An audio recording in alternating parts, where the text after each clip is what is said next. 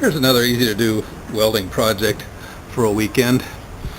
These are like work table stands. I'm going to use them for a hydroponic garden, but they stack together very nicely when they're not in use, so you don't take up much space.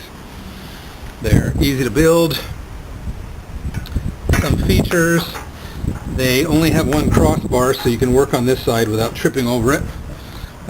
Just the cross piece I put in here at an angle, so just for looks, nothing special about that.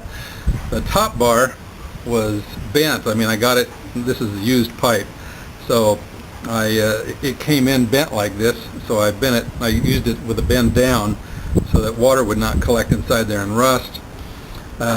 Just some things that holds tabletop or whatever on there. And then adjustable feet on all 3 points. Just a nut and stainless steel bolt stuck in there. And I put these on all 3 legs. You wouldn't need it, but for a hydroponic garden I want to be able to tip it so that the water flows nicely.